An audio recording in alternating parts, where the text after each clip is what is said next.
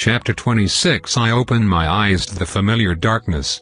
I am still wearing the ruin of the maid outfit, and the congealed blood sticks to my skin in a most unpleasant way. The smell is not much better. Outside I can hear 2 heartbeats. I slide the sarcophagus open to the canopy of Loth's large tent. Just like 6 months ago, it is basked in soothing blue light. "Good evening." "Good evening, lass. Quick, take this." He hands me a silver chalice with a cover. The hint of fresh blood immediately wakes the thirst. I take off the top and drink. It tastes so much sweeter than my usual fare. It is, without a doubt, human, with a hint of something special. A strange power fleets through its exquisite vitality, taunting and tricksy, but not malicious. It is the best human blood I have ever sampled since the first. Bingo? Yes, he volunteered. He said he wanted to contribute to the potion that will alleviate the curse. It seems that it mattered to him quite a bit, says Loth, as he finishes draining his blood in a second chalice. Loth. Ye were hurt by my fault, so I will give ye my blood in good faith tonight. Take it as a day off. A night off. Whatever. I stand up and take stock while he finishes. I am healed, yet still weak. It would be best if I do not have to fight anyone tonight. I believe I will take you up on that offer. Thank you, Loth. I drink the second chalice, a full cup of steel, mountain, and power. Although nowhere close to yesterday's blood, it is still extremely potent. Thank you, Loth. That was delicious. Naturally. Now, lass, we need to address your first follower. My vassal, Dalton. The boy and I came to an agreement. I need someone to clean around the garden, run some errands and spot me when I calibrate rifles. He'll do. I also expect him to make your hunting easier. Smooth things out, as it were. I turn to Dalton. It's a very good offer, mistress. I could never hope for such a good position anywhere else. Good, so it's settled then. All that's left is that you, seal the deal, so to speak. W.H. What? By drinking his blood. Of course. Ha, yes, naturally. Loth gives me a knowing smile and leaves the tent. So, says Dalton. Why does he have to make it so awkward? It's just, part of the deal. We just have to be intimate even though we met a week ago. Is this how arranged marriage feels like? Bah, I don't want to think about this any longer. I approach Dalton, who obediently tilts his head and embrace him. He smells like soap, sunshine, and liquor. Not a bad mix. His pulse quickens. I lick the jugular and he swallows. The movement is so enticing. Slowly, I bite. Yes. So good. It reminds me of that time with Ainsa. The same arousal. Oh no. Let me lick this close with all haste and let him go. God, young men are so enthusiastic. Gah, this is embarrassing, but kind of fun. How I wish a man liked men. Then we could talk together and she could tell me more. We could even have many vassals. Bring them together and have them walk around with nothing on their butts. We could stare at their butts. Even touch them. Tee-hee-hee. Mistress? Nothing. Now, I really need to take a bath. Is there water? There is a river a few hundred yards away. I could draw enough for a bath and warm it for you. Silly vassal. That would take ages. Let me just go there. I don't need warm water. Cold water will help me wake up. It forges the character. I step outside and immediately come across Loth, waiting for something. Ariane. I'm going to take a bath. We do have other things to discuss. After the bath. Now, where is the river? You want to bath in the river? Of course not. Do you take me for a savage? Wait. Oh, of course, thank you, Loth. Silly me, to go out like that. I come back inside and pile my favorite jasmine soap of all time and clean clothes in the copper tub, then drag it outside. Alright, I'm gone. Hurry. Yes? The river is the other way. Oh, thanks, see you later, Loth. I managed to drag the tub with me through the undergrowth and only fall twice and impact a single tree. I don't know who planted that pine like that in the middle of the way, it's so stupid. If I catch the rug. Ugh. The river is quite shallow and I only have to drag the tub to the edge, realize my stuff is still in it, take my stuff out, fill it with water and settle it in a nice secluded grove and ta-da. It's done. I jump in and start peeling the ruined uniform and flaking red stuff. But it is so good to be there. I can enjoy the light of the moon, the water, bubbly soap and the caress of the wind on my skin. Stars illuminate the sky while the relaxing light of the silent watcher stands as proof to its eternal vigil. The riot of colors and sounds form together a chaotic symphony both complex and so very alive. The night is beautiful, and it is mine. I savor the moment and think back on yesterday. Loth is right, we have much to discuss. I will have to tell him about the vision. He is my friend and needs to know what I saw. Having a penis was a strange experience. I know how it feels now. Tee. Oh my, I know how it feels to be inside of a woman. Truly remarkable. I am willing to bet some woman would pay solid gold to feel what I experienced. And what an experience it was. The slow and steady moves, the feeling of a warm body against my own, the moans of pleasure. This is so much more than I expected. It was amazing. I stop and realize I am no longer applying soap. My left hand is cupping my breast and the other rests at the edge of my pubis. I lower myself in the tub and raise my hips. Yes, Agna had raised hers, just so. They had rolled with a hypnotic motion. I lower my right hand until it parts the blonde hair, and then I stop again. I let it lie there, quiescent. I always thought I knew all there is to know about sex. I saw animals go at it, so I had a general idea about the process. I learned from the people around me that married couples do it to have children. I was told that men want it all the time and women give it. I understood that it could be painful or somewhat pleasant for us. Hussies are those who let many men have what they want from them and use it for their own benefits. This is what I was led to believe. It is also a lie. Yesterday, Loth showed me what could be. He showed me that sex could be a source of incredible bliss for both partners, a felicity that transcends the physical into the quasi-mystic. When Agna climaxed, the sensation was so strong that she looked like she was dying. They shared this together. It was intense and beautiful. It was sacred. I remember what Master did. It does not have to be that way. I do not have to surrender this to him, not to anyone. It can be mine. I could even share it with someone else, one day. Maybe. I lower my hand.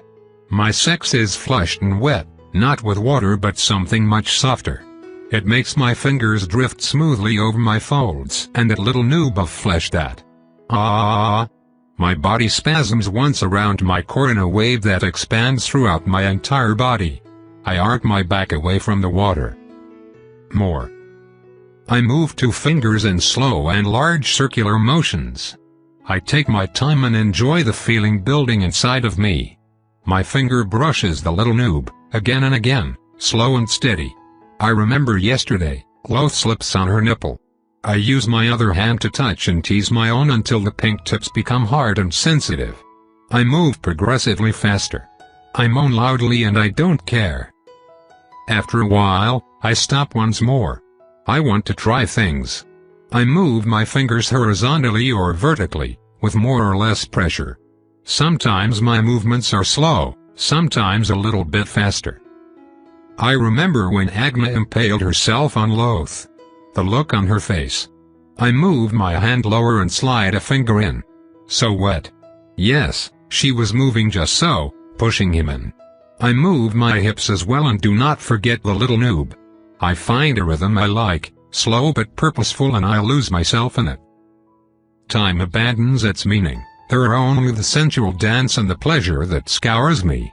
Eventually, the urge to reach something becomes too great. I play the noob again, faster, with a bit more strength. Something warm builds up inside. I want to know. I want to feel. I keep going on and on until I'm on the verge of something great. I keep going, almost there. And then I climax. Oh my God. Oh yes.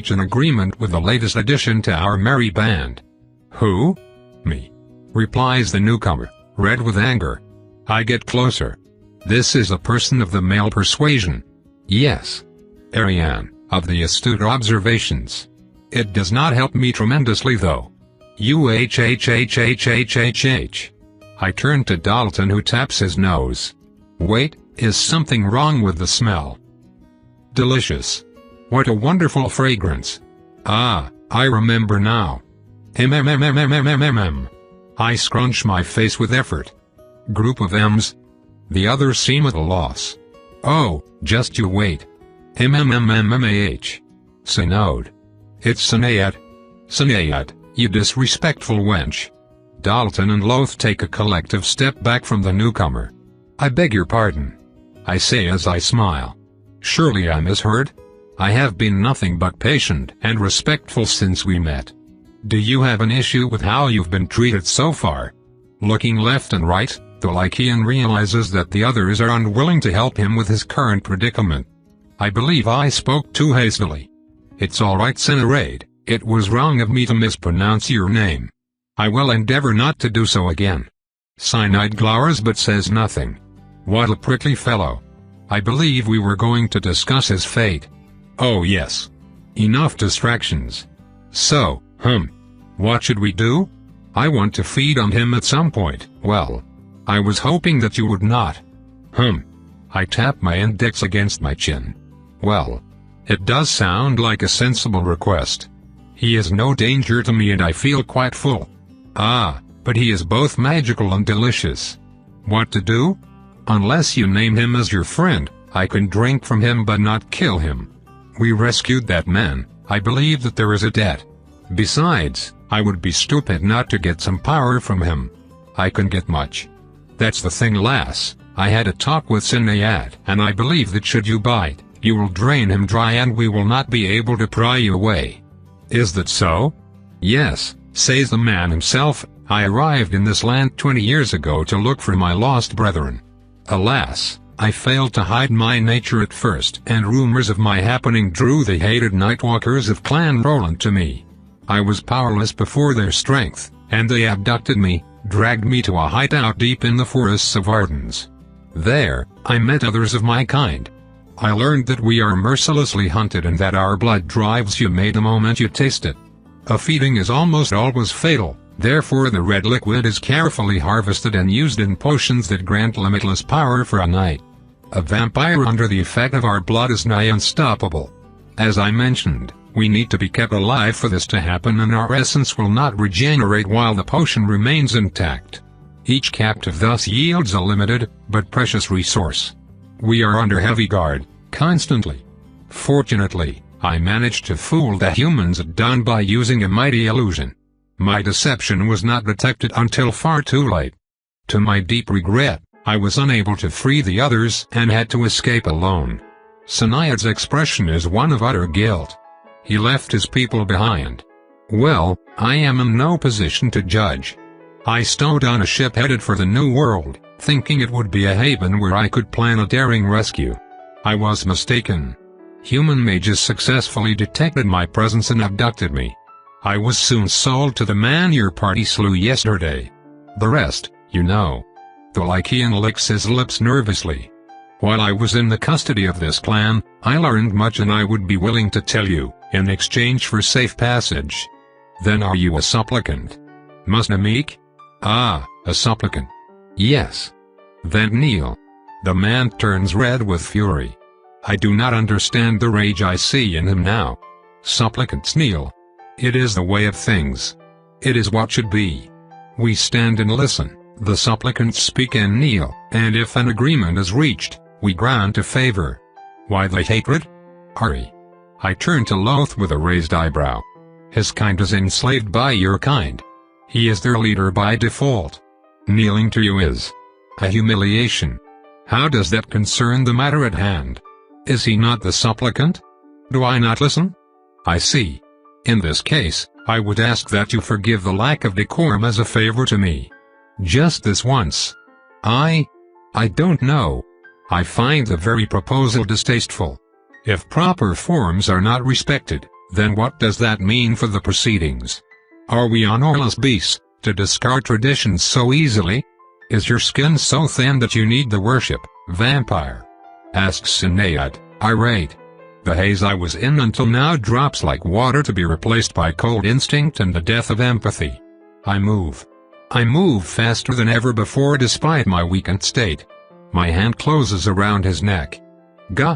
Ari. Please wait. Perhaps forms are important to us for another reason? Perhaps we need it to balance our humanity and that part of us that calls you food. Ari, please. Please. I drop my victim and turn around before I take a toe or two. And his tongue as well. Safe passage in exchange for information, was it? Why? Yes. Loth is fraught with worry. The alien insulted the protocol. That puts him dangerously close to the Oathbreaker category as far as I am concerned. I would drink him dry, but he clearly made a deal with Loth, and it means I cannot drink from him? Confusing. Perhaps I should just kill him and be done with it. No, I cannot do this to Loth. Not after what happened last night. I want this in blood. Your objections make little sense to me. You admitted that a potion can be drawn from his blood, and that means there is a safe way to harvest it. I am not letting him go without a taste. You will find a way to provide it safely, or I will take my chances. Ari. No. I bled and almost died for this, and refrained from feeding until we could reach a proper agreement. I have been more than reasonable. Blood, to be consumed on the spot, is to be part of this. I do not know how to properly harvest blood. The task was done by human alchemists in the employ of the Roland. Then Loth can help you draw it and preserve it in the chalice until I wake.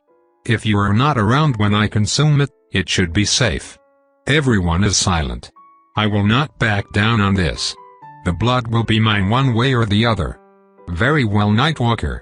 This is humiliating, but you leave me with little choice. I agree to your terms.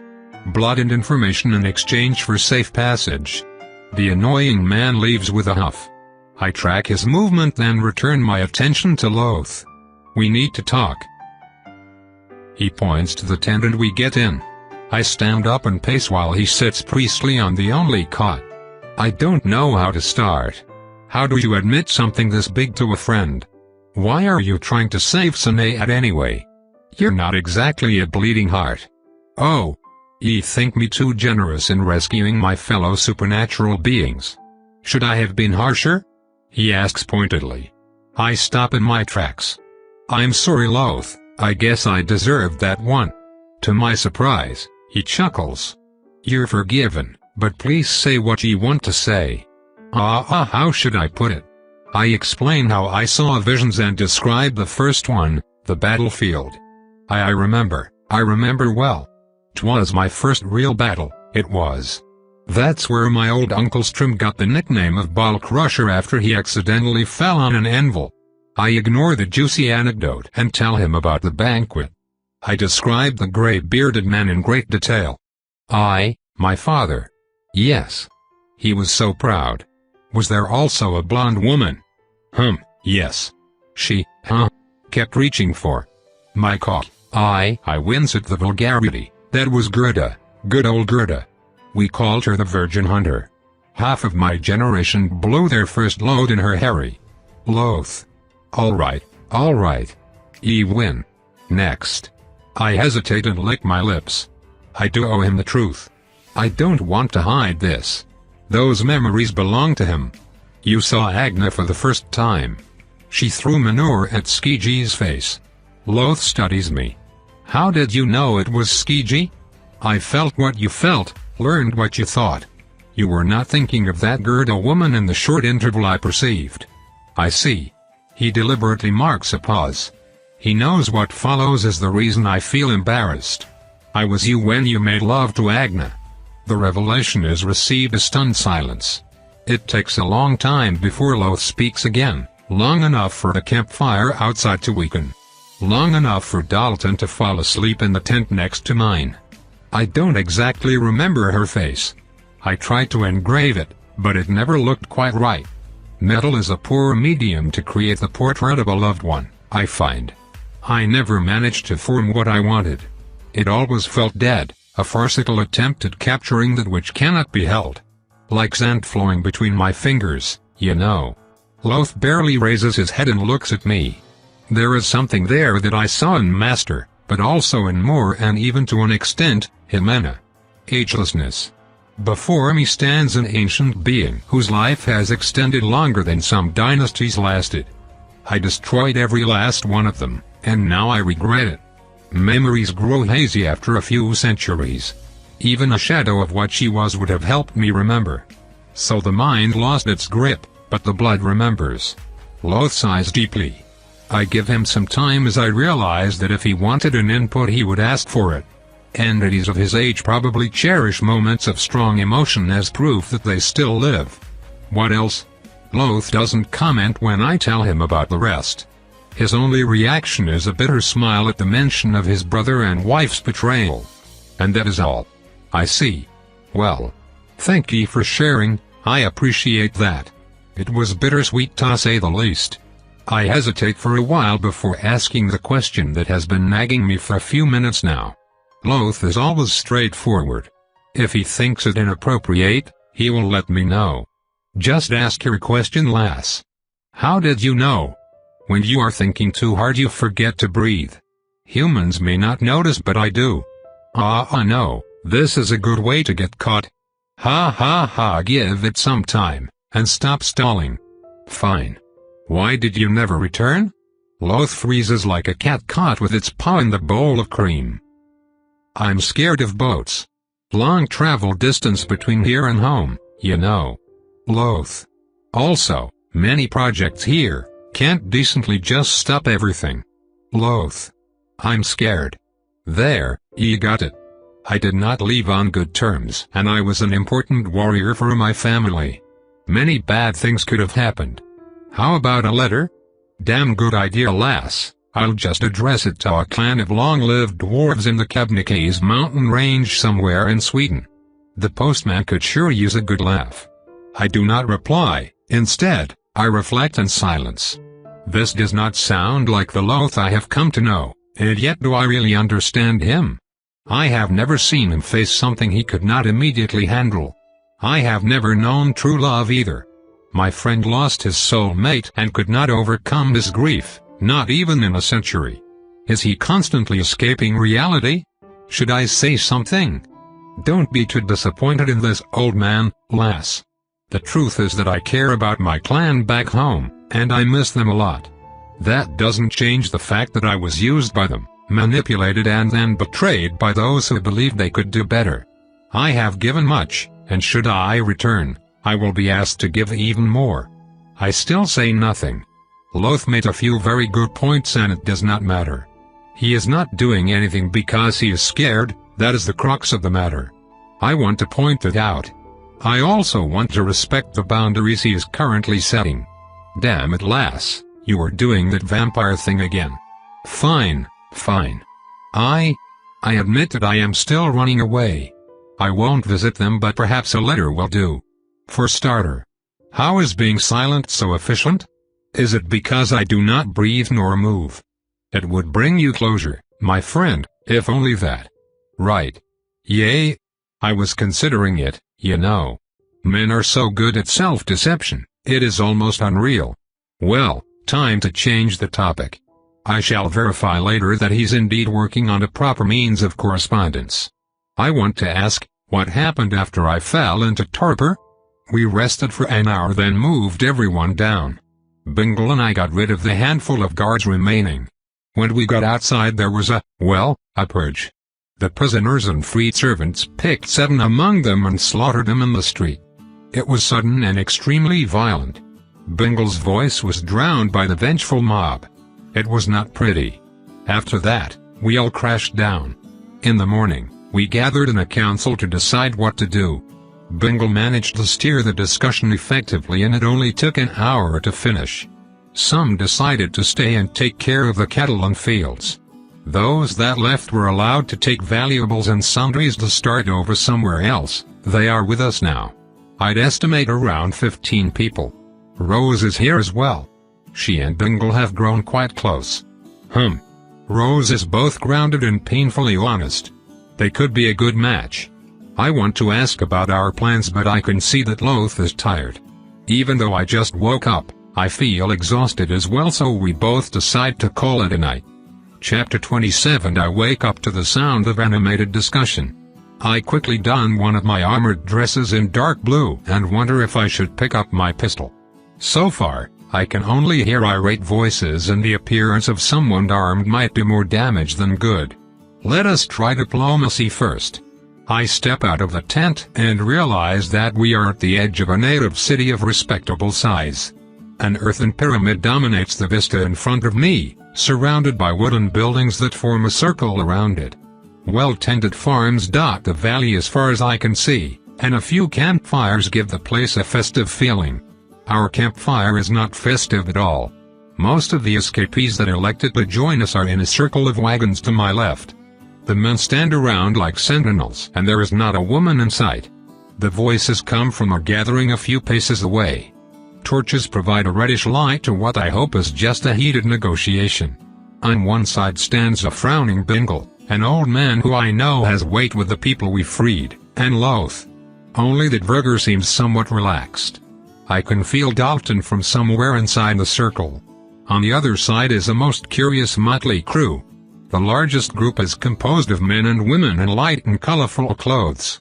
There are bells and jewelry in their hair, and pieces of mirrors hang from oversized necklaces. I notice at least one European, and a few of the younger people are obvious mixed bloods.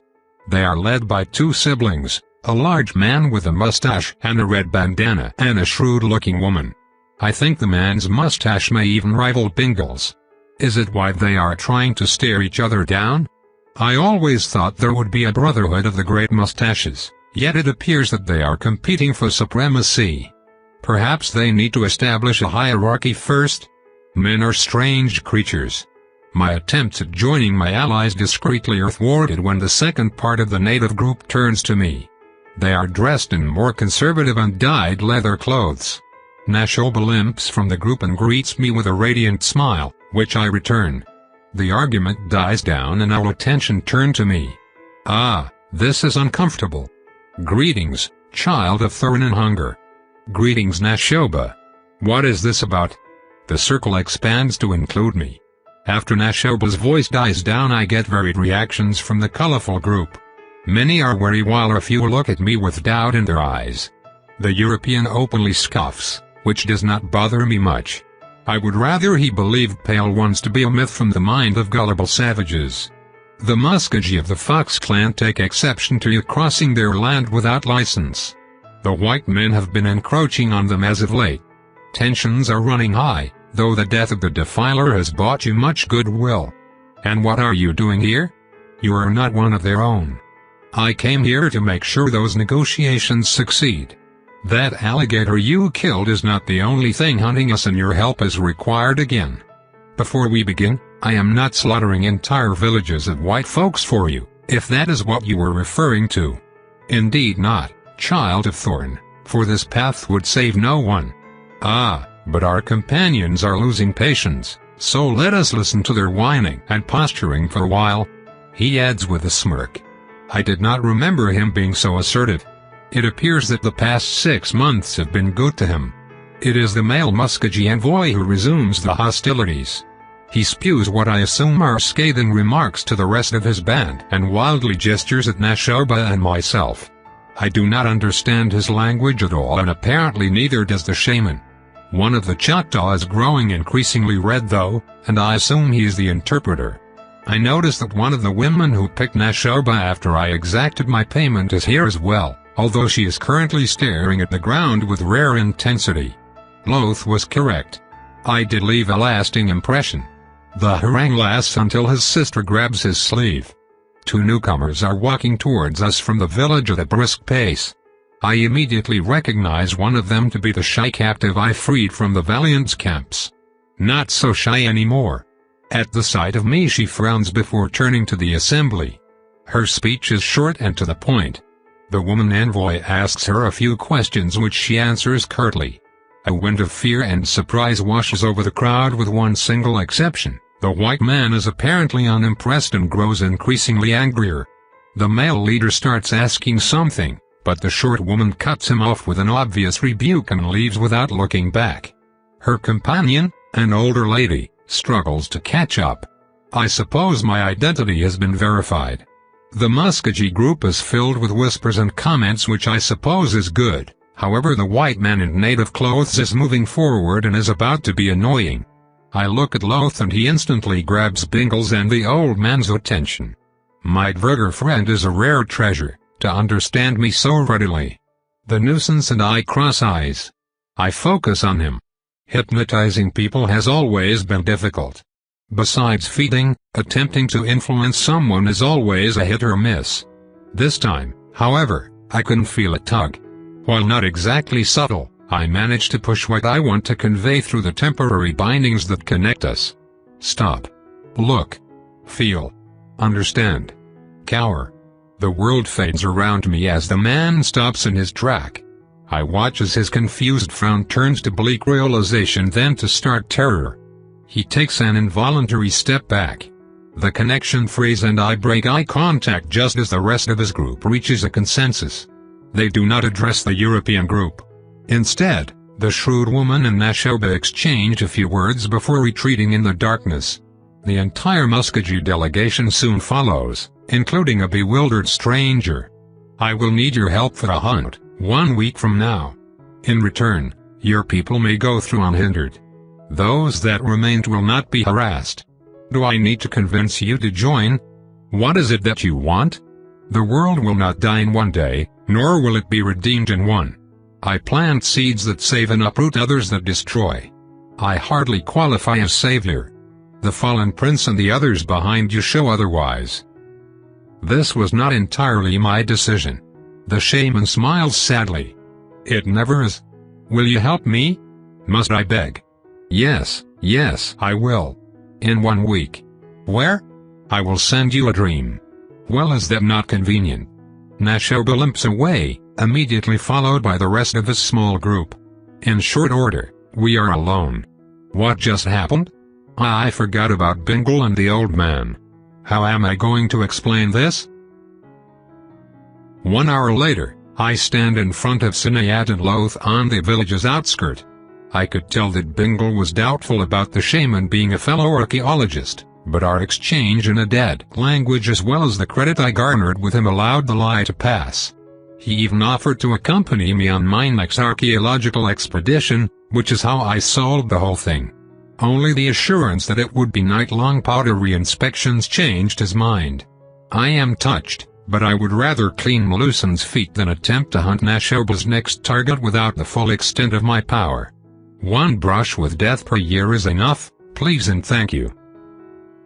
Still nothing. Well, he does smell enticing, even from far away, but I feel quite fine.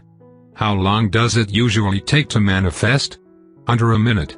I see. Something is notable by its absence, something I have learned to live with for the past year. The thirst. I feel fine.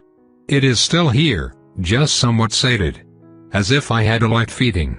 Can ye tell me how many people there are around us? I close my eyes and focus on heartbeats, the sound of footsteps and movements. 17 people in our camp. There are 3 sentries keeping an eye on us from behind that drying rack. I do not add that there is a couple in the middle of a furious coit in the nearest wagon. Hearing this made me feel uncomfortable, as if I were spying. Yes, that's 20 in total, good guess. Now look at the pyramid and tell me what ye see. I turn at the shape half a mile away. There is a stone door leading inside. It's guarded. Loth's eyes widen in surprise. Well, I'll be. Can ye try to move quickly? I do so and finish the movement behind him. As I touch his shoulder, he jumps with a short yelp. "Huulikawari, don't ye frighten me like that, girl," he says, breathless. My old heart cannot take it, you know. It felt faster than even yesterday. I know what's happening. It's incredible.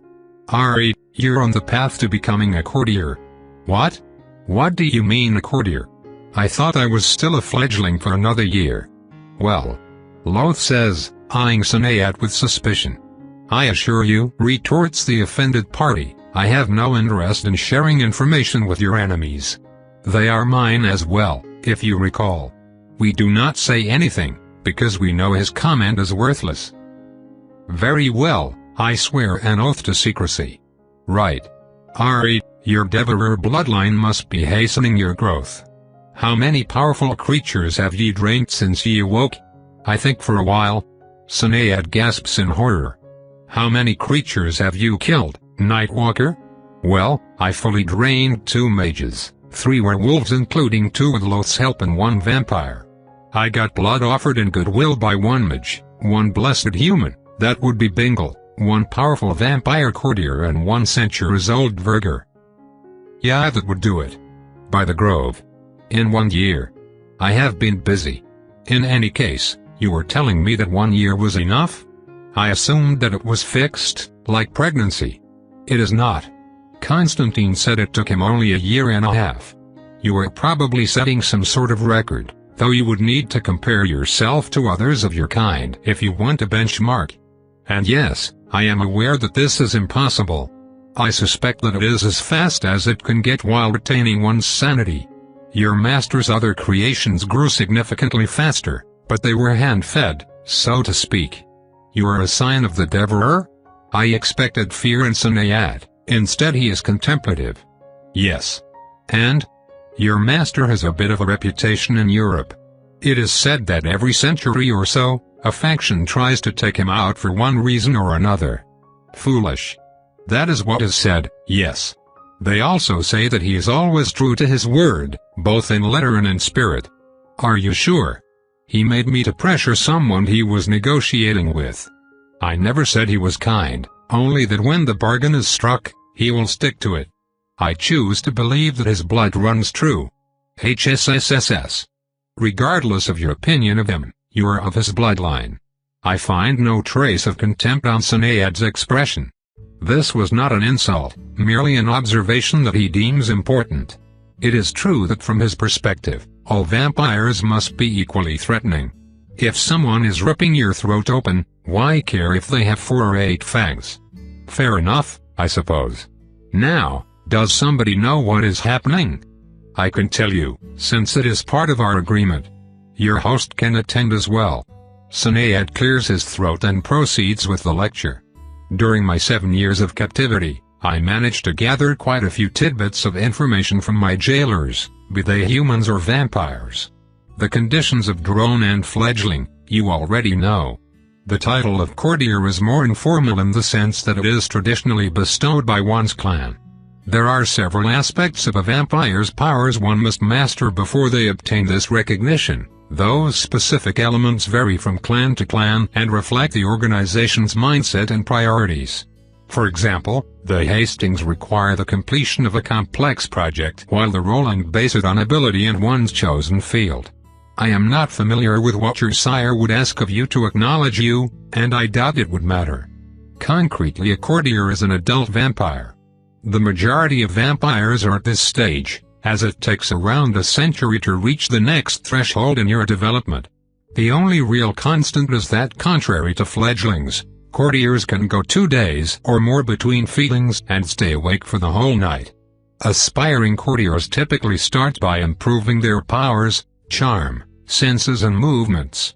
Those are what separates vampires from the rest of the mortals, besides your many weaknesses. Could you elaborate? Yes, replies Sinead scathingly, I was leading to it. You already experienced them. Charm alters the mortal's perception. Senses is exactly what it says, and movements is what allows your kind supernatural displays of strength and speed. I can already do all of that. Not to the best of your abilities, I believe.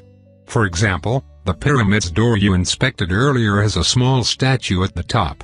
Surprised, I check the earthen mound again and yes, there is something at the top of the white stone door. I try to focus on it. Instead, my vision turns blurry and my head starts to hurt. It will come with time and practice, like most things. In any case, you have your work cut out for you. Now, let us continue. Sinead carries on his lesson for a good 2 hours before my brain finally cries for mercy. My precious notebook finds itself filled with valuable information on various clans, major figures and ideologies. Little of that is of use to me now besides 2 critical pieces of information. The first is that there are 3 main political alliances in the community that covers Europe, the Middle East, and North Africa. Their members shift to a degree, but not by much. Zeru is the group of hidden kingdoms, entire cities subverted to an openly vampiric ruling class. They have groups everywhere but mostly in the east and south of the region. Masks are partisans of secret dominion. They have a strong artistic and hedonistic side and a pull on several governments. They are mostly present in the United Kingdom, France, and Italy. Followers of the path are a diverse bunch dedicated to causes outside of the more political spheres of influence, such as scientific and magic research. It appears that the community in Louisiana represents all 3, which is rather surprising considering that they are currently at war. This is the second piece of news, and it surprises me a lot. I expected vampire conflicts to be short, violent and usually one-sided. Instead, much time is spent on preparation for decisive strikes, plots within plots are revealed or unraveled every day and allegiances shift according to inscrutable arrangements.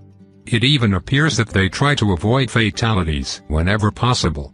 I recognized that when I killed Charlotte, it put me at odds with our usual rules of engagement. Whatever, Melusan is next. That tramp. This concludes my presentation on European vampire politics. I realize that human minds are fragile and feeble things, and I see no objection to continuing tomorrow. Yes, that would be for the best. I answer with fraying patience. I need a break anyway. I return to the encampment to find Dalton almost falling asleep on his feet. Mistress? How are you feeling, besides exhaustion of course? My ribs hurt and the road is not helping. I will be fine though. Say, be careful about Sinead. Dalton rubs his eyes and stares in the distance. Heard of his kind, I did, from my grandmother. I was born further north and my folks are from Ireland. She spoke of one like him, with big eyes, pointy ears and shiny hair that looks too colorful to be from this world. Besides the hair, it sounds like the Lycian indeed. Perhaps it will grow back? She called them the Fae. She said they like to play around and that not everyone survives their games. They are cruel and callous. Their amusement is all that matters to them. Our lives are worthless because they are so ephemeral, she said. Be careful. Sinead may be a victim, and an assailant too. I pause, contemplating. Do I care? I don't want to get close to the man anyway. Thank you, Dalton. Our bargain was already struck, however I shall remember his contempt for mankind. You should sleep. You look exhausted. No sooner have I said those words that the young man falls on his cot. He is out in seconds. I reach our tent and find Loth writing in his own notebook. He closes it when I approach. Yes? I was wondering what we were going to do now that our objective is complete. We are going to the limit of settled lands, a place called Fort Barrington which we should arrive in tomorrow. We'll report our findings to the authorities and split up with Bingle and the settlers there. Then we head home and prepare for your hunt. Oh, but it is good to head home from a raid, you know. Though I would have preferred more loot. What about the Lycian? He will accompany us. By the time we return, he will be gone. I'll put him on a ship to South America. Good. Well, that is all. I'm going for a walk. Enjoy. He answers with a predatory smile. I walk outside and away from the others. When I have reached the edge of the valley, I start to run. Finally alone. It feels good. It feels good to let go, to run around with no immediate need to hunt, no need to patrol or come back. Just me and the land. I enjoy the wind on my face, the earth and roots under my feet, and the sounds of the night, alive around me. I move in bursts of speed just because I can. Sometimes, my dress gets snagged or I stumble, but it does not ruin my fun. The dress I wear is sturdy, and so is the body it covers. For a good hour, I trot and sprint across the land with no direction. I am alive. My master took my life and future from me and I turned this curse into a new beginning. I survived and endured and reclaimed. Now, I can choose and carve my own path. It will be difficult but for now, I can let go. Ha ha ha ha ha. I run and run and run. I only return an hour before dawn, mind clear and hair riddled with broken twigs. I look wild, and I care not. Chapter 28. What is this place? I ask as I exit the sarcophagus. We are inside the Tillerson Plantation House, mistress. The largest and most expensive manor in a 100-mile radius. The furniture was made by a famous Philadelphia artisan, and it has no less than 40 windows. Please note the wonderful Corinthian column on the front porch, so lovely. Says Dalton, deadpan. I am grateful that vampires rise fully awake. The Tillerson are very proud of the place, aren't they? Yes, mistress. They explained everything in great detail. Took one bloody hour.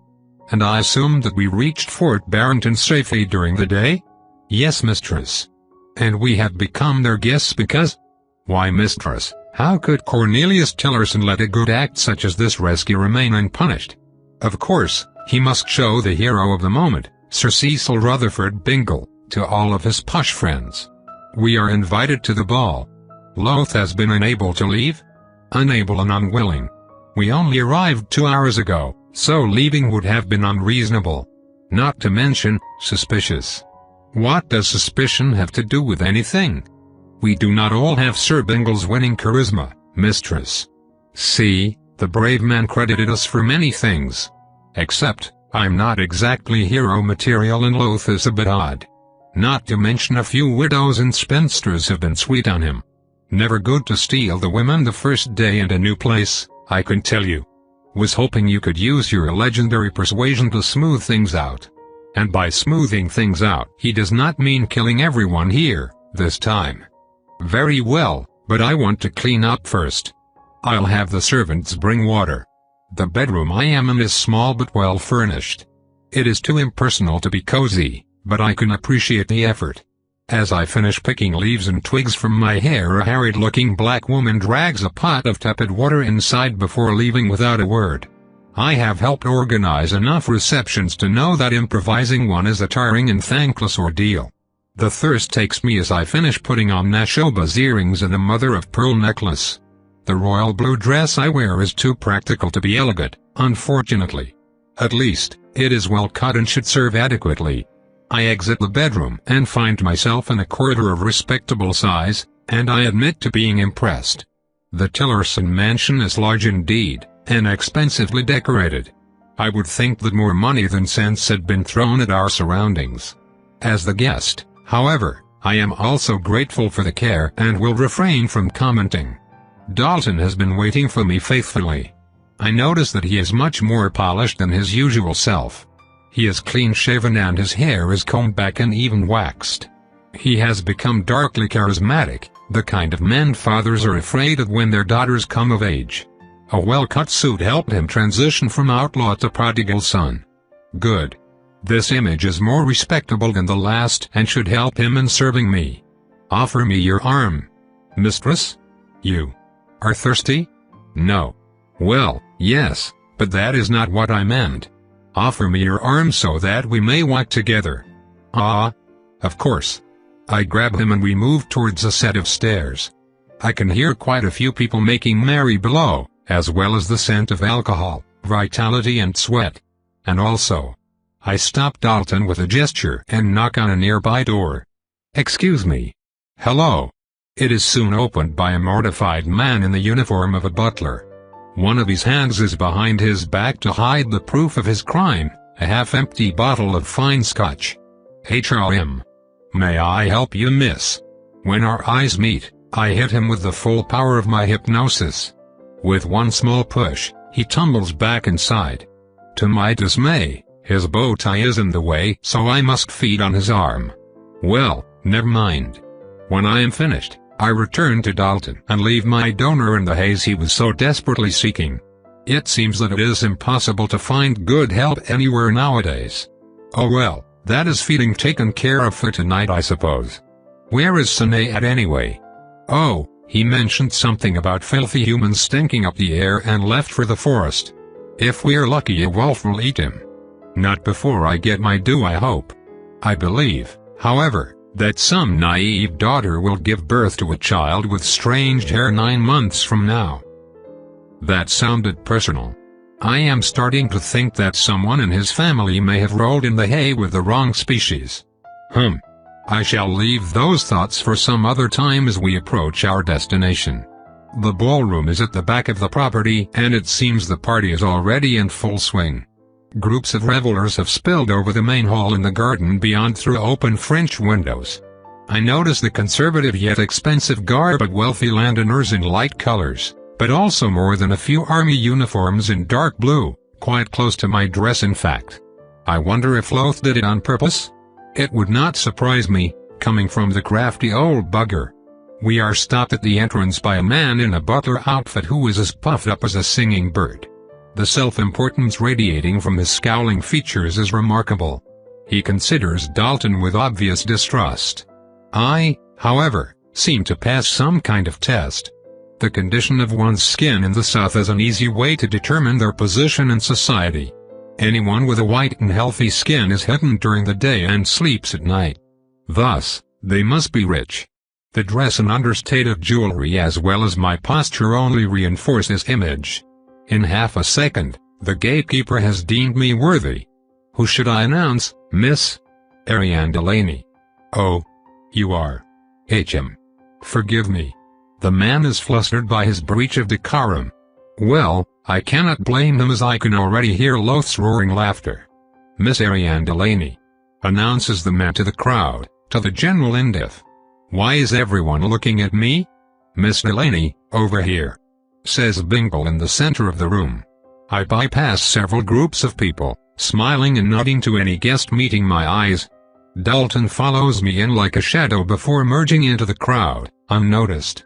Soon, I arrive before a group of people who I assume are the instigators of tonight's unexpected celebration. I notice in passing that Rose is absent from Bingle's arm.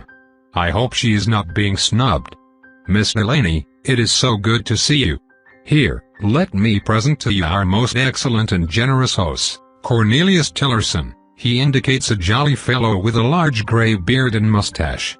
His well-cut suit struggles to contain a gut, his nose is already quite red and his glass is empty, not the first one tonight I'd wager. The master of the house is a man who indulges, it seems. Lydia Tillerson. His wife is much younger than him. She is also gorgeous and elegant. With her slightly graying hair, she is the very image of a mature beauty. Loth would be pleased. She smells of sex. This is rather interesting because her husband does not. And their daughter Cecily. The last member of the assembly has unfortunately inherited her father's traits, although I have seen worse. What she lacks in beauty, she makes up for in self-confidence, and her calculating eyes hint at a keen intelligence. Since the introductions are done, I curtsy only for Cornelius to shove his hand in my face. I give him my own, fully expecting a proper kiss. Instead the man pumps it like he expects me to spit crude oil. The heroine of the hour. Bingle here mentioned your courage. A true testament to American women you are, not like those pale flowers the Brits seem to like. Ha! Ha ha! Surely Mr. Bingle is exaggerating. He and my uncle did most of the work. He also said you were modest. He replies with a sly smile. Corny dear, stop hogging the poor woman, you will scare her. Is it true that you deceived a room full of guards and clobbered one of them? Why does he make it sound so uncouth? Well, there were two of them. The other was guarding Dalton. Ha! Ha ha ha ha, by God Bingle, you missed one. Thank you my girl, I have not laughed that hard in a long time. Now, why don't you and Cecily enjoy yourselves with the young people while we crusty old folks reminisce about the past? My friends would never forgive me if I do not give their sons a chance to court you. Now go. Enjoy and be merry, and come back to us when you have made the round. The young woman immediately locks arms with me while Cornelius and Bingle resume their previous discussions under the lady of the house's tolerant gaze. She drags me from group to group and introduces me to more people than I care to remember. I answer a barrage of repetitive questions with all the charm and patience I can muster. Am I engaged? No, but I have prospects. Is it true I manipulated a group of men and used violence on one of them in order to save my uncle and the adventurer? It certainly is. Someone heard that I shot a pistol in someone's face at point-blank range. That last rumor, which I deny in vain, makes me popular among the soldiers and younger people, not so with the more conservative fringe of the room. For some reason, I have a particularly warm reception from the women. I am willing to bet that quite a few of them would find swinging a club at their rivals a therapeutic experience. I am leaving a group of scowling spinsters when I catch a warning sign from the corner of my eyes. Dalton is frantically gesturing in several directions. It seems that I am being corralled. A few men in uniform are making their way across the crowd. I immediately spot the leader by virtue of his cloth being the shiniest, turn around and stop. What is it? Asks Cecily. Someone could not wait their turn. To her credit, my companion does not inquire more. Instead, she moves closer to me to offer a united front. In moments, a tall officer with a clean-shaven face and piercing brown eyes appears from the edge of a herd of geese. He is wearing a powdered white wig despite the sweltering heat. Whether it is by vanity or love for decorum, I cannot tell. His eyes fall on me with a frown. Yes, I was expecting you. What I was not expecting is for you to smell of sex and of Lydia Tillerson. This is an abuse of his position as guest. It makes me want to kill him. Miss Delaney? Yes? Would you please? And who might you be? The man's face ticks in anger at being interrupted. This is a trick I learned from Papa. People in a position of power are not used to opposition. If they are thwarted, their first reaction will almost always be to threaten. I am Captain Lands of the United States Army, and you would do well to follow me. Is there an issue, Jonas? Asks my neighbor. You just lost the home advantage, Jonas. Let us see if I can take it for myself. I have some questions for your guest, nothing serious I assure you. Says the officer with a strained smile. Then surely you can ask them here. I suggest loudly. A few people are starting to turn to us, sensing the tension in our respective postures. I could have been surprised that Cecily supports me instead of someone she lives with. I am not. My stay with the Lancaster taught me that people are always eager to employ newcomers as tool in an ongoing conflict. The rigid officer is not on his first offense, it seems, and Cecily is not someone I would offend lightly. Now to see if he stays or retreats. I was very impressed by your uncle's tale, Miss Delaney. There is no need for hostility. I merely wanted to clarify a few points. As a member of law enforcement in those savage lands, it is my duty to shed light on your extraordinary adventure. Cute save, mortal. I notice that you still haven't asked a question. Your aggression does you a disservice, Miss Delaney. It almost looks suspicious. I confess, I am guilty of running out of patience. Ask your questions and be gone, Jonas. We still have many guests to greet. Poor Jonas. You cannot touch me and we both know it. Very well. What's your relationship with the group of outlaws known as the Valiant Companions? There isn't one. Really? He smirks. Then can you explain why you came here arm in arm with one of its members? And who would that be? I answer immediately. The immediate riposte catches him off guard. If he expected guilt and fear, I am going to disappoint him. Do not play coy. I am referring to Mr. Dalton. Is he a member of the Valiant Companions? Yes. Curious, I would expect him to be in chains then, since he is an outlaw. No? Silence. I am aware that I am playing a dangerous game. The best would be to avoid the conflict. That would mean that they attempt to corner me for the rest of the evening, however, and I am not letting that happen. Mr. Dalton's pardon does not absolve him of his crime before the Lord. I suppose that is between them then. Was there anything else? Yes, in fact, there is. I find it hard to believe that a woman with an interest in ancient writings could manipulate a room full of guards and neutralize one with a single hit. You are mistaken in your assumption, sir. I have plenty of experience in making men do what I want. This gets me a few chuckles from the growing circle of people following the exchange. Wit will triumph over honesty here. As for neutralizing a guard, I come from a long line of hunters. The nape of the neck has ever been a vulnerable area. Indeed. What an interesting pair you two are. Say. The officer asks a flurry of questions about Loth, myself, our relationship and so on. I am not sure what he expected. I created Ariane Delaney over 6 months ago. I know this persona as well as an experienced actor knows their favorite character. After half a dozen questions the man relents and leaves with a polite farewell.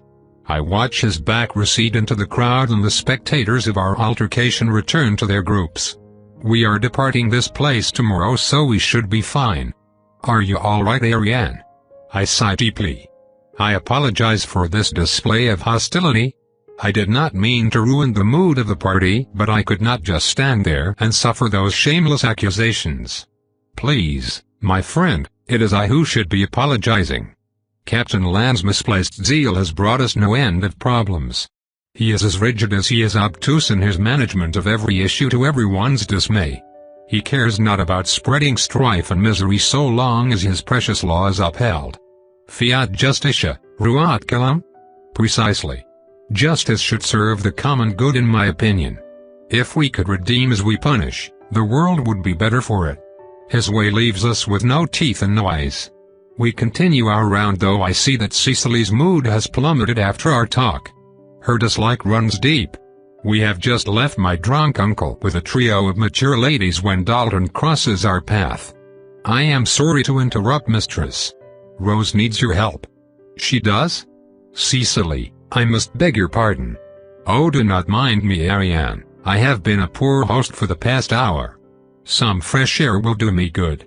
Take care, and do enjoy the party. Thank you, Cecily. We should meet again later. Dalton leads me through a servant access to a kitchen filled with rushing staff and a side corridor. Nobody questions our passage. Are you acquainted with the staff? Yes, before you came I assisted them with the party preparations.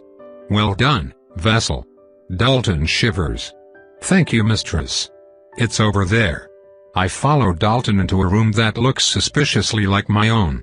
We are still on the first floor, which means that this is the guest wing. I am surprised to see Rose is accompanied by a timid young woman in a grey dress, currently sitting on a large armchair. As I enter, Rose pats her companion's hand in an awkward attempt at comfort. She is concerned and the girl, terrified. I can see it, and smell it. Curious. What is this about? Rose, says the newcomer. I thank you, however I must beg. Yes, I will do as you say, though I do not approve. Ariane, I leave the young miss in your capable hands and shall return to the ballroom. Do let me know how things pan out, please. Rose leaves and closes the door behind her. I do not say anything, for her perfume leaves me no doubt. That girl is also a vessel. After 6 months of isolation, I have been found.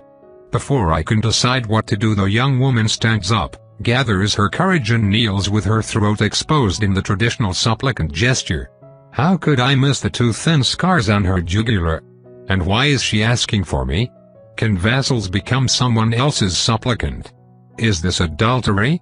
Vassals are special, they are not cattle or prey but trusted seconds and aids. I feel towards her the barest hint of what I felt towards Baudouin, an unwillingness to harm, as if touching her were taboo. I now understand one of the most vital facets of their personalities: vassals are willing. Dalton chose me of his own volition, fully knowing who, and what, I am, and this woman is the same. She seeks my help because I am a vampire, and to her vampires can be trusted. It is decided, I shall assist her if I can guarantee my safety. Good vassals are precious things, and protecting one for a fellow denizen of the night is a matter of, let us say, professional courtesy. Although nothing compels me to do so, I shall assist if only for the goodwill it will get me. Yes, I can feel it in my soul. I am no longer in danger. A supplicant is harmless to me, for they seek my power in an exchange. I will always be able to ask enough to protect myself. Speak. My name is Inez. I came here as an envoy for my master to attend to some business matters. Unfortunately, I was followed here by my previous husband. Fear? No, stark terror mars her face. Now that I look further, I notice that she has a scar on her right brow and the telltale of badly fused bones. She also bears faded marks on her left cheekbone and her lip. I do not need to see her body to know that she has suffered some terrible abuse. I take it that you did not part amicably? Inez lets out a strangled laugh that quickly turns into a sob. Annoying. Weak vassal. Wounded. Well, I can protect and calm her down, I even know how to do it. I approach the woman and place my hand on the top of her head. I caress her skin with the lightest touch and let my claws part the strands of hair. Slowly, she regains some measure of inner peace. Thank you, mistress. He is here for me. With his brothers and servants. I saw him. I left to hide, but he will find me. He will never let me go. Shh. Your master is protecting you, I presume. Yes. Rodrigo was warned and even punished, but he never takes no for an answer and never will. Oh, when my master hears of this. It matters little. My nemesis is here now. I will not survive to see revenge, for his twisted sense of honor calls for my death. If I am not his, then no one else can have me, he said. Focus, Inez. I add quickly. And ask your favor. Mistress, I cannot ask for immortal protection. Most judges believe that marriage is until death, and many would return me to my husband to be disciplined. Please protect me. As expected. If I guarantee your safety for tonight, what will you give? Not blood. I cannot. I have nothing. A favor, mistress? Please, I beg you. Lord Suarez always pays his debts. I have never heard from this man, which means he is probably one of the Charleston vampires. I am in a unique situation to create a bond I may use in the future, at the low price of defending this mortal. This is most likely a boon. A favor and secrecy from you and your master. I do not want my presence here to be known. Yes, I can promise this. If you save me, your secret will be safe with us. Lord Suarez will agree, I would bet my life on it. Agreed. Now hide behind the bed, quickly. You too, Dalton. Now. They obey with commendable swiftness like proper vassals. I sigh as I unbutton the top of my dress and slide it off my shoulder. Whatever happened to relaxing evenings? Is this a continuation of the Bengal effect? Is the man contagious? Footsteps close in on us, the same footsteps I have heard noisily checking rooms for the past minute. My door is banged open by a tall and virile man dressed in black. I take in warm brown eyes, a mustache, and an anchor beard before I turn with fabric hiding my bared breast. Oh no. Lo siento. A little bit late for apologies, Mr.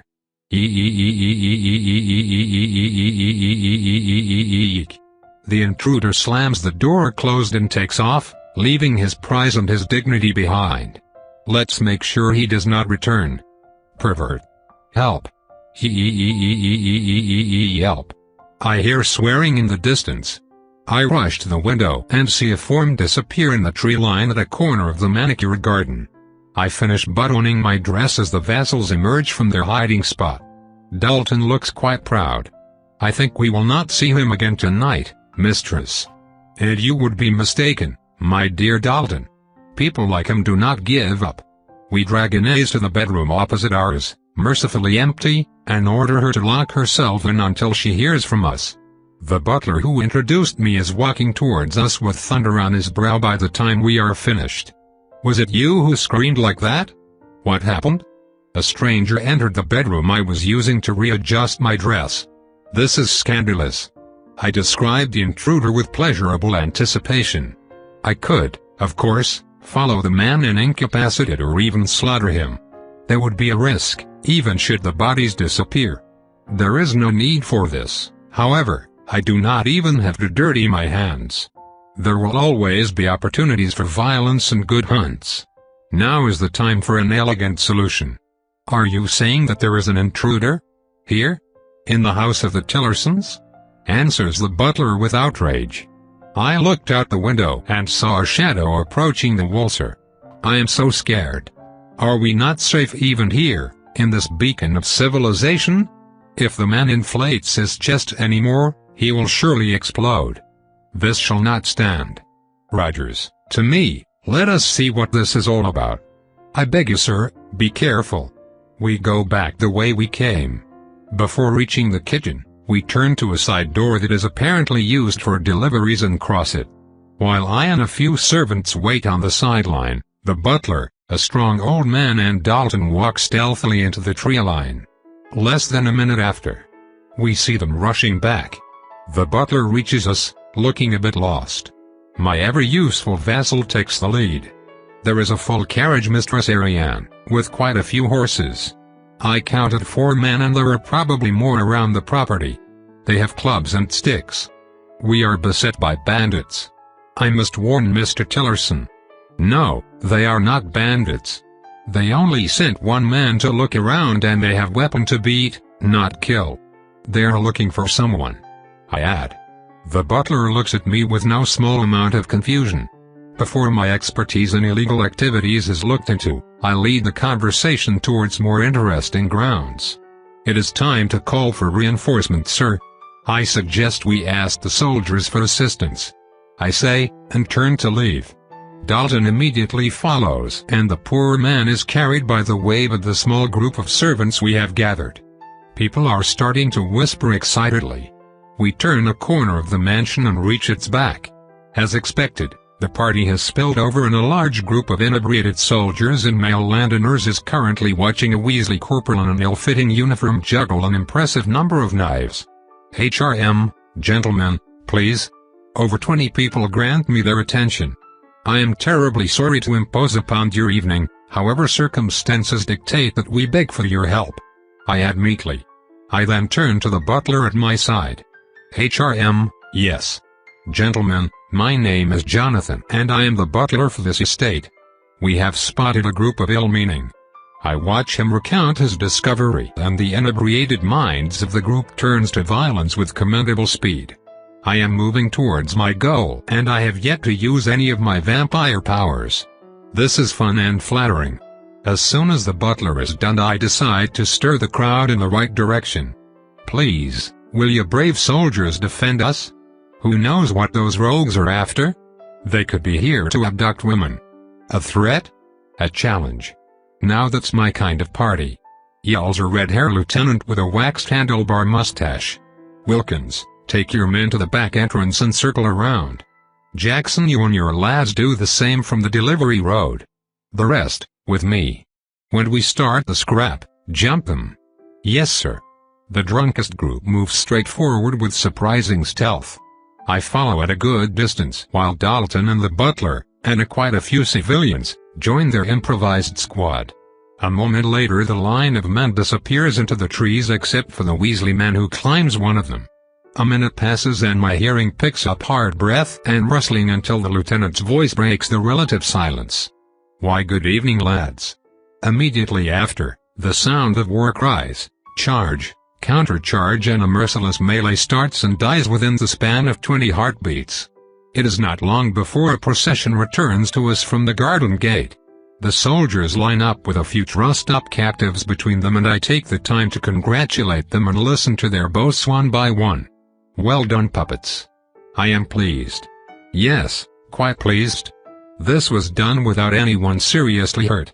Poor Jonathan has the beginning of what is going to be a spectacular bruise, yet it does not seem to diminish his pride in the slightest. Well done, my minions, well done indeed.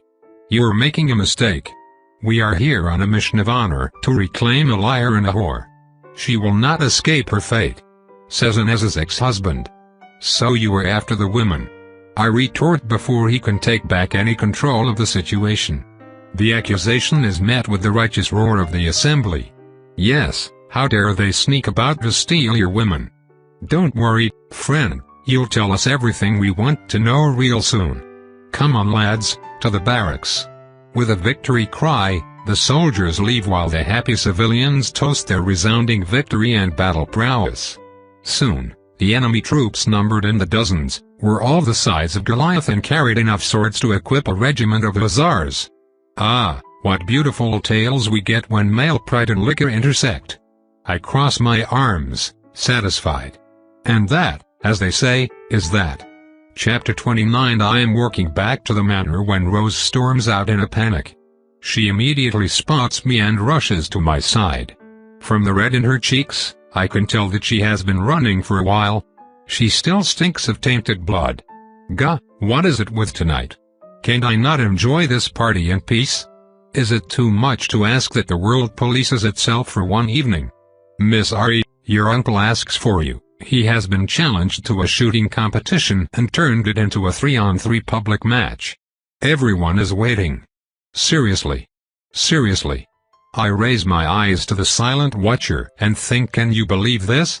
I get a vague feeling that it is not impressed. Fair enough. Dalton, take Inez and make sure she stays safe. There could be more of them. Yes, mistress. And Dalton. Be careful, my vassal. I will be. He leaves without a word. I am lucky to have him around. How did I manage society without his helpful presence? Ah, yes, I have been living like a recluse for 6 months. I was not managing anything. I stride towards the front of the house and notice in passing that the ballroom is empty. This explains the lack of reaction we got when the soldiers returned victorious. The other revelers did not hear us. The garden in front of the manor is a meticulously kept lawn. The partygoers have gathered in a semicircle around 2 targets. My uncle and his 3 giggling girlfriends are forward and to the left, while Captain Lands and his 3 stooges mirror him on the right. In the middle of it stands Cecily, currently playing the violin. In the distance, someone set up 2 target practice dummies. They are at least 30 paces away from the crowd and surrounded by lit torches. I cannot believe my own eyes. They are serious about this. Loth notices me and has the audacity of winking. I roll my eyes and join him on the lawn, feeling the heavy weight of the crowd's attention weighing on my back. I turn around. The center of the semicircle is occupied by our hosts and Bingle, the guest of honor. He seems a bit upset, though when our eyes meet, I am graced with the most awkward and exaggerated nod I ever received. Cecily finishes her piece, a respectable performance, and joins her parents. Loth untangles himself from his improvised harem and struts forward. His booming voice soon fills the clearing. "Ladies and gentlemen, fine people of Fort Barrington, good evening.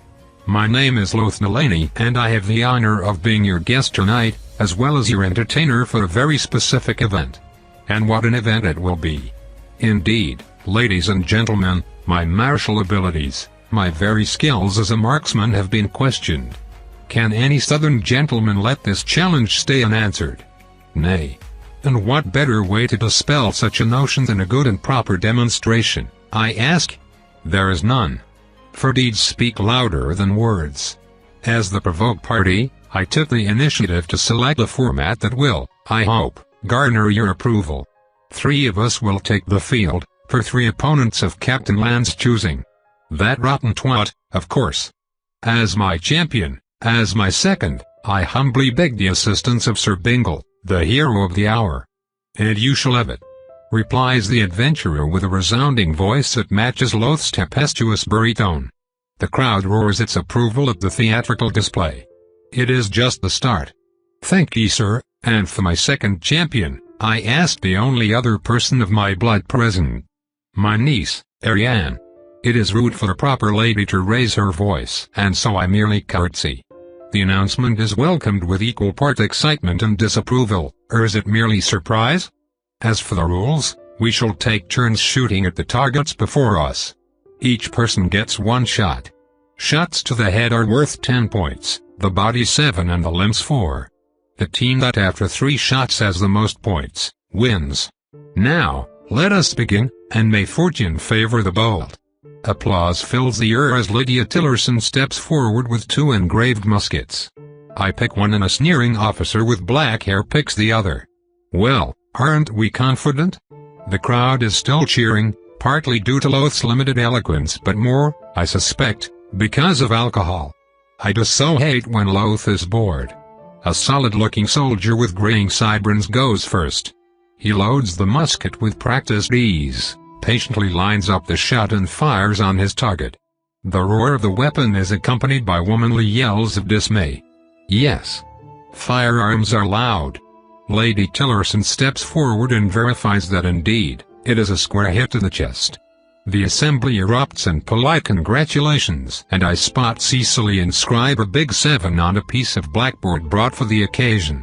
The man is a cautious soldier, and with the distance, it is not so easy to guarantee a headshot. For humans, that is. I judge his decision as wise with the limited information he has access to. Bingle steps forward, but Loth will not have it. He jumps to his feet and bellows. As the eldest, I claim the first shot. The facetious verger then winks to me and stumbles as he takes the musket from my hand. He makes a show of loading the weapon and even has the paper cartridge brought to him by a blushing beauty. Loth aligns the sight, takes the time to give me a radiant smile, then pulls the trigger. I roll my eyes just as our target's head bounces back. Dead silence spreads over the clearing. Unfazed, the lady of the house inspects and announces, "Headshot."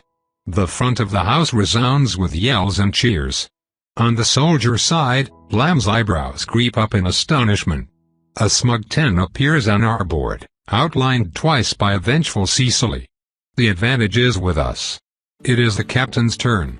He loads his musket with slow and deliberate movements. Several seconds pass as he aims. The tension is palpable. A loud bang heralds their own target's head reeling back. The screams of excitement eclipse even the sound of the discharge. What started as a bet has turned into a memorable show. Let us see if I can make it unforgettable. Bingle detaches from the family and picks the musket and cartridge I offer him with a tense look. He, too, loads according to the manual and lines his shot with deliberate patience. Yet another cloud of blue smoke lifts in the air, and after it clears, Lydia shouts the result. Body shot. Again, the crowd cheers in delight. Both teams are now tied and everything will depend on the last competitors. Bingle chose not to take risks, nor to offend the soldiers. How politically minded of him. In perfect silence, the smug-looking officer loads and shoots with the ease of the veteran marksman. Body shot. Yells the mistress to everyone's delight. It is my turn. I step forward and look at Loth. His smile is vicious and predatory as he points his finger towards the space between his eyes. I slightly turn to Cecily, who makes a long and very obvious gesture of slicing someone's throat. All right then. With the ease of experience, I hold the musket horizontal, bite the paper cartridge and pour powder into the pan. Spitting the piece of paper is accompanied by some whispers of disapproval from the traditional fringe of the assembly. I close the frizzen and place the butt of the weapon on the ground. I shove the cartridge in the barrel and push it down with the ramrod, which I quickly reattach. I lay the weapon horizontal with a flick of the wrist, line the shot and fire. It took me around 10 seconds, which is fast, but not inhumanly so. I wait for the hit to be witnessed. It does not happen. Eh? I turn around to a wall of shocked faces. The only one who isn't surprised is Loth. He is currently laughing to tears and drying his eyes with a handkerchief. Well, niece, I believe you were half an inch wide to the left. Oh, he dares. You were wide as well. I overcompensated. It's a headshot, yells Lydia with astonishment. It starts slow, ripples between groups and inflates until the acknowledgement of my prowess becomes a deafening ovation. Loth is looking like a cat who found the pot of cream. This is less about the result, more about playing the crowd. In the end, we have a supernatural advantage and the experience to back it up. The soldiers, including Bingle, will aim for the center mass because it is enough to incapacitate any human they hit. We, however, train to hit quick-moving monsters. A stationary target at 30 paces is child's play. My eyes meet Cecily's. She is glowing with pride and sated revenge. Our victory is announced on the blackboard with broad letters. Lan's group is less than pleased. I believe that once the rumor spreads, the loss of face will dog them for years. It does not matter that two of us and one of them pulled a very difficult shot. People will only remember that they were beaten by a girl. A pale girl with blonde hair and deep blue eyes that came out of nowhere. Heavens, I hope this does not spread too far. I would not want someone to add 2 and 2. Loth, what have you done? And why? Everyone spills on the ground to congratulate the victors. Our target is brought forward and the 3 black holes in the cloth held for all to behold. Our victory is proven beyond a shadow of a doubt, and the few dissidents are quickly silenced. I meet eyes with a soldier with grey Morse mustache and he salutes me. I find the move touching and quite sportsmanlike, and curtsy in return. For a while, I am forced to handle everyone's attention as politely as I can. Bingle comes to compliment me on my shot with Rose on his arm, expressing his complete trust in me. This man is unbelievable. His pride extends to those he sees as allies, and my success is a cause for joy. Truly a relic from the past. He should have sat at the round table. It takes a while for things to wind down. I find myself shooting another 2 times in friendly competition, while teams form up to emulate the original show. Loth may have created a trend here. I am about to follow my irresponsible pseudo-uncle inside the mansion when my nose picks the group's heavy musk. I decide that I would leave them a few hours of intimacy before we have that discussion. When I turn around, a flash of light catches my eyes. Only a few people notice and then immediately dismiss it. Unfortunately for me, and with how the evening has been going so far, I know I must investigate.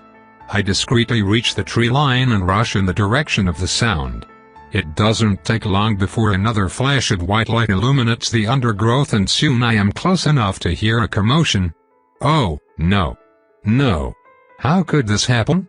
We are still far from everything, practically at the edge of European expansion. This should not be possible. There shouldn't be another vampire here, and yet there is no mistaking this cold aura. Flash. A hiss of anger. Impossible. Sinead was spotted. We are far from everything. Is this bad luck or some cosmic joke? I could just leave. I promise Sinead safe passage. That doesn't mean that I need to protect him.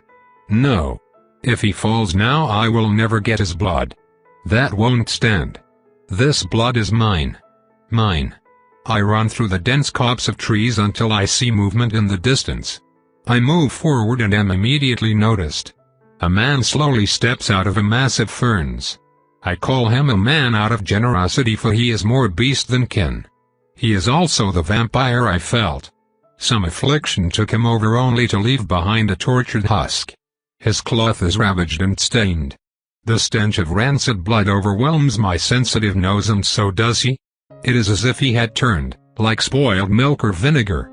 His pallid skin slouches slightly, and instead of our needle nails, he sports true talons of malformed chitin.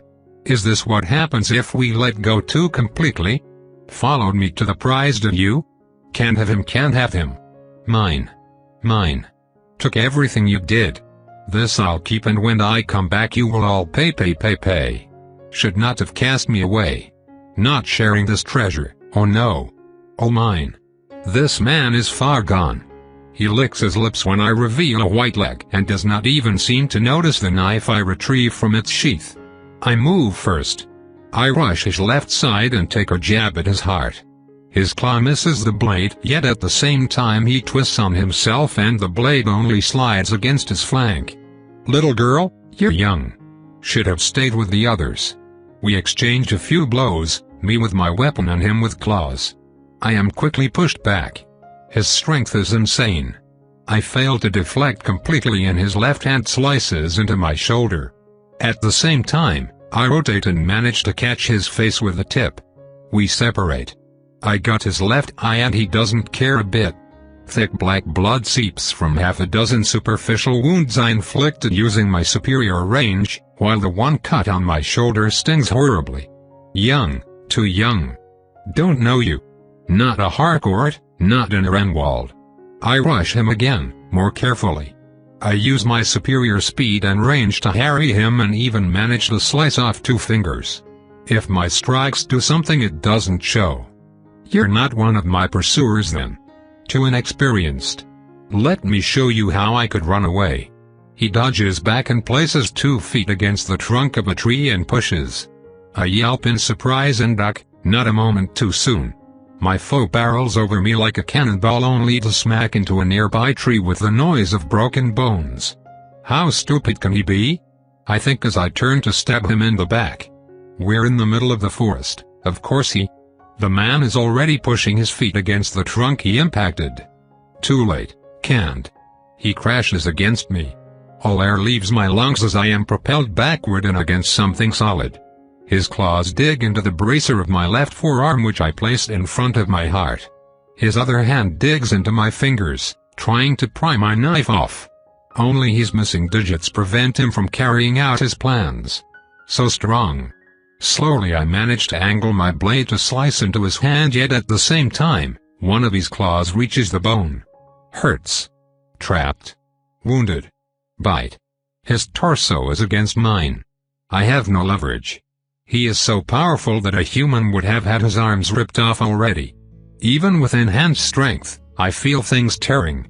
I must escape this. With an impatient grunt, the man arches his back and head away from me. His forehead smashes against my cheek. I only manage to turn my head at the last moment. He arches back and I move and bite into his face. My mouth closes around his nose. Devour. He tastes bad, sour, but not toxic. Power.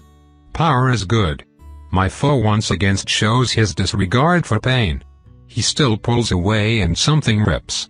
I spit the flesh and prepare to bite again. Something is wrong. The air shimmers around us.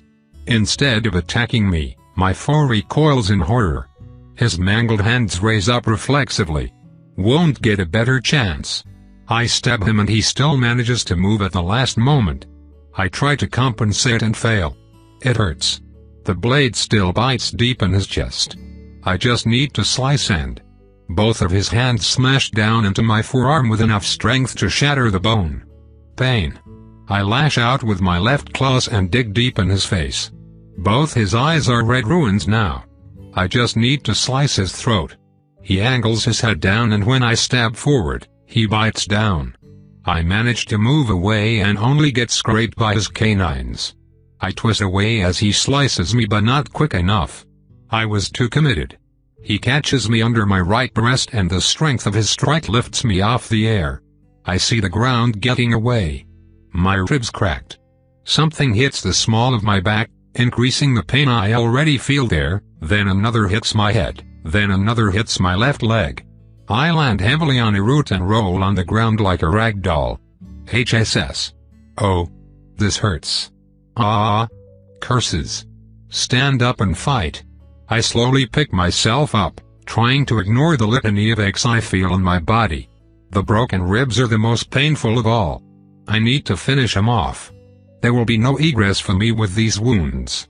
On open ground, his ridiculous jumps will allow him to close the distance. How I wish I had told Loth instead of going alone. So stupid. Gah, I hope this mistake will not cost me my life. Just have to stand up, Ari. Come on. Stand up. Up. Stand up. With a cry of pain, I finished dragging myself against a trunk just in time to see that a cursed vampire is blindly stumbling forward towards me, feeling the earth in front of him with my own dagger. Defiler. Thief. Fey mine, blade mine. HSSSSSS, found you, little girl. Kill you, then drink, then I'll go. They won't catch me. You, sir, are going nowhere. Sanayat, give me noise. I wait because I know why my opponent recoiled in terror and who produced the blinding flash of light. Soon, the sounds of the forest are amplified beyond reason. My foe is disoriented by the cacophony of the forest. I brace and jump above him, landing lightly behind him. I grab my chest in pain and take a second to gather myself, then I do as he did. I jump on his back. As expected, he twists at the last moment, but this time I'm not trying to stab but to grab. I coil around him as best as I can with a broken arm and bite deep in his neck. He flails and bucks as I devour. When this does not work, he jumps back and crashes me against a tree, head first. I manage to protect myself with a raised arm at the moment of impact, so the shock only allows me to bite deeper. It only takes a few more seconds for him to stop struggling. Devour. He whispers with a note of fear. I keep draining him until there is nothing left. After what feels like ages, I fall away from the corpse just as it starts disintegrating. It was a good hunt, I say and wince in pain. That was some good power if a bit sour. Now I just need to. Trying to move sends a sharp spike of agony through my gut. What is? Ah! He stabbed me. That faithless son of a mongrel stabbed me with my own bloody dagger. Arg! The cur. I touch the handle and hiss. I need this out, but I am really tired and this is quite painful. The wind whispers in my ears, hold on, Nightwalker, I shall fetch your vessel for you. Yes, if he comes near, the thirst will turn me insane. Ah, this was supposed to be a goddamn relaxed evening, and now I am bleeding out in the woods with my own knife in my stomach. Why? Why? Is this divine retribution for clinging to life? For not letting those fanatics spike my heart in the foul-smelling depths of the vampire fortress? I should. Just. Bah. I slowly drag myself in a small recess just so that a misplaced root does not dig into my bruised back. I take quick and shallow breaths to fight off the pain. Damn it all, I need to staunch the wound. I use my unbroken hand to apply light pressure and realize the dress is already soaked with my blood. If I remove the blade, I will be incapacitated for sure. And when I wake up again. This hurts. Damn it. I wish I could look at the silent watcher and meditate, but the canopy is too dense. I have stopped being a real fledgling for one bloody day, and I'm already a wreck. Is there an end to this? My life hasn't changed since a year ago. I ran away from the fortress, ran away from the Lancaster and from the Order. Then I hid with Loth and ran around to assuage my thirst while waiting to grow. Now that I can stay awake for longer than 8 hours and don't have to spend a significant amount of that time hunting, I am running around to solve issues. I was supposed to be a leader, not everyone's problem solver. Why am I only able to handle the things directly in front of me? Is this my fault? Should I plan better? And what of that vampire? I am quite sure that he was a fugitive. His words lend credence to my belief. Are they more like him? How likely am I to be found by an errant monster? Are they being tracked and could they lead others to me, or was this just the height of misfortune? So many questions. I know what I will next ask Jimena. I wince at a pain that does not abate. I think I am no longer healing. I close my eyes and focus on breathing. I am not dying, not like last time. I am, however, quite cold and tired. I could just stop for a few moments. Let go a bit. Stop breathing. It does not even hurt anymore. I have fled. I flee. I will keep fleeing. I do not need air nor water to keep pushing, to pummel the earth with my feet and leave dust and fallen leaves in my trail. So long as the tainted blood flows through my veins, the limitations of this form can be ignored. Unfortunately, the same goes for my pursuers. I can hear them behind and to the side. They are trying to close in and box me. I am fast and I am no city bird, so I have managed to stay one step ahead, but it is only a matter of time before a mistake sends me to my knees and my subsequent demise. We will find you. They say, it is inevitable. I keep going. What can I do but stay ahead for as long as I can? Eventually, my foot is snagged by a root I saw too late. I land awkwardly, and even as I pick myself up, the shadows gather around me for the kill. And then they die. Incredible power is unleashed to vaporize all my foes. Flames of blue spread and annihilate them where they stand. When it is done, not even ashes remain. I am paralyzed with terror as a giant with fiery hair walks past me and kneels by my side. Interesting nightmare, Nightwalker, if painfully classic. How I wish I could be my true self in the real world as well, and show your kind the error of their ways. I would keep you alive as a pet, of course. You are just so precious. His armor shines in white and blue with such an intensity that I wonder why I have not been burned to a crisp yet. He is terrifying, a force of nature. I dare not meet his eyes. For the first time, I see someone who could take on my master and live.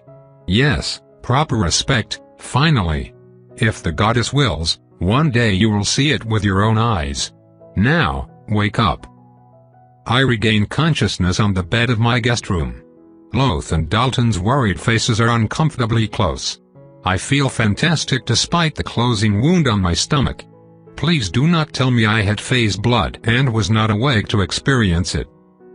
Their eyes meet and they look just a tad nervous. Very well, mistress, we won't tell you. Damn it. I say with feeling. I knew it was going to be delicious. I was truly looking forward to it. I'm sorry, lass, I should have been there. Bah, how could you know? I did not even warn you before rushing into danger. I only have myself to blame for this mishap. Ah. It hurts. Don't move, mistress. We only just removed the dagger. Ah, I wish I knew how to use it better. I got stabbed with my own blade. Not everyone can boast such an intimate knowledge of their weapon, mistress. Right. And what of my opponent? We have spread the ashes, lass. We are still unnoticed. I cannot believe it. I have used the full extent of my physical powers no less than 5 times in the past week, and Bingle and the others are still unaware of my true nature. It's miraculous, truly. If you say so, mistress, I personally believe the word you are looking for is gullible. As you say, Dalton. By the way, I missed the opportunity to say farewell to the adventurer.